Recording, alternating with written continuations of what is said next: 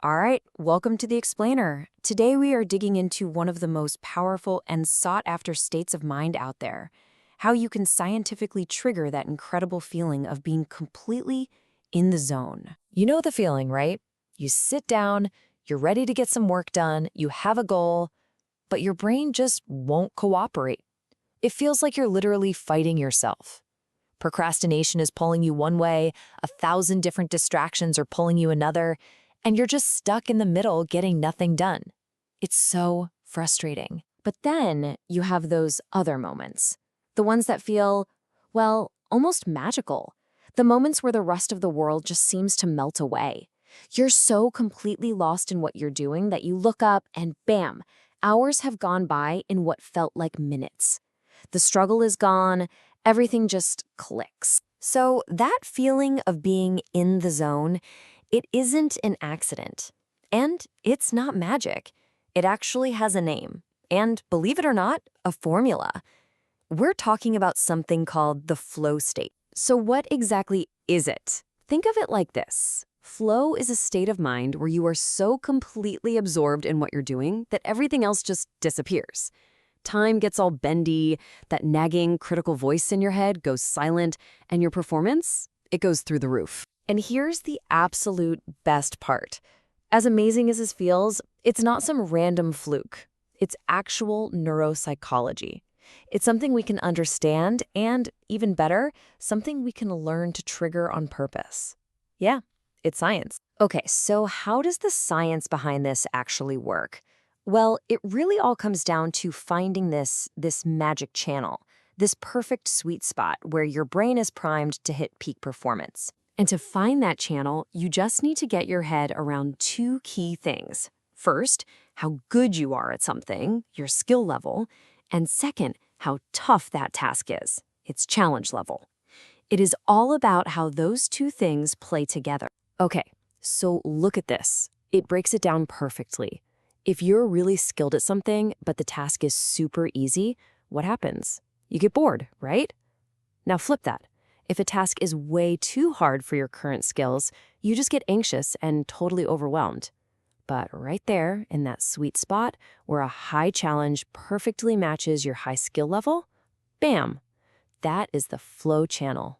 So here's the goal. You want to live right in that channel, where the task is always stretching you, but not so much that you snap. The gamer analogy is perfect for this. You don't play on easy mode, because that's boring. You don't jump right into nightmare mode, because that's just frustrating anxiety. You find hard mode, the one that demands every ounce of your focus. That is the flow channel. Okay, so the theory makes sense, but how do we actually do it? How do we find that hard mode for ourselves? Well, let's get practical. Here are the 4 triggers you can actually pull to get yourself into the zone. All right, here they are, your 4 keys to the kingdom of flow. 1, set super clear goals. 2, get feedback and get it fast. 3, you gotta balance that challenge and skill. And 4, and this one's a big one, eliminate every single distraction. Let's break them down. First up, trigger 1, clear goals. Look, your brain can't get into flow if it's kind of guessing what it's supposed to do next. Vague goals like work on the report, total flow killers. You have to get specific, hyper-specific. Instead of work on the report, try something like, I'm gonna write the 500-word introduction in the next 45 minutes. See? Your brain knows exactly what to do. Okay, trigger 2, immediate feedback. To stay locked in, you have to know, like right now, if you're on the right track. It's all about tightening that focus loop. A programmer runs their code and sees immediately if it works. A musician hits a key and knows instantly if it's the right note. You need to build that same kind of instant feedback into whatever you're doing. Trigger 3 brings us right back to that main idea, balancing challenge and skill. This is you actively finding your own hard mode. The task has to demand your full attention. If what you're doing feels a little too easy, you gotta ramp up the challenge. Maybe set a timer. And if it's way too hard, break it down, make it smaller. You're the one in control here. And last but not least, trigger 4. And honestly, this might be the most critical one of all. You have to eliminate distractions. I mean, all of them. This is absolutely non-negotiable. Flow requires deep, unbroken concentration. Every single notification, every little ping. It's like a wrecking ball your focus.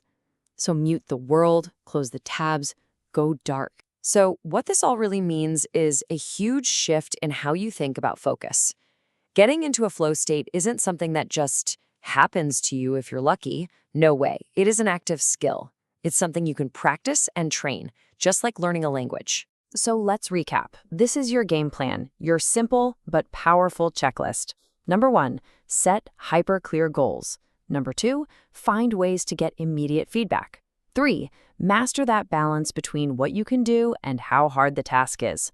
And 4, be absolutely ruthless about getting rid of distractions. And I want you to really remember this. Flow is not some magical power that only, genius artists or elite athletes get to have. It's a state of mind that's available to literally anyone who is willing to set the stage for it. It's not a skill for the chosen. It's a skill for the focus. So that leaves one last question, and this one's for you. As you go about your day, your work, your passions, which one of these 4 triggers are you going to pull first?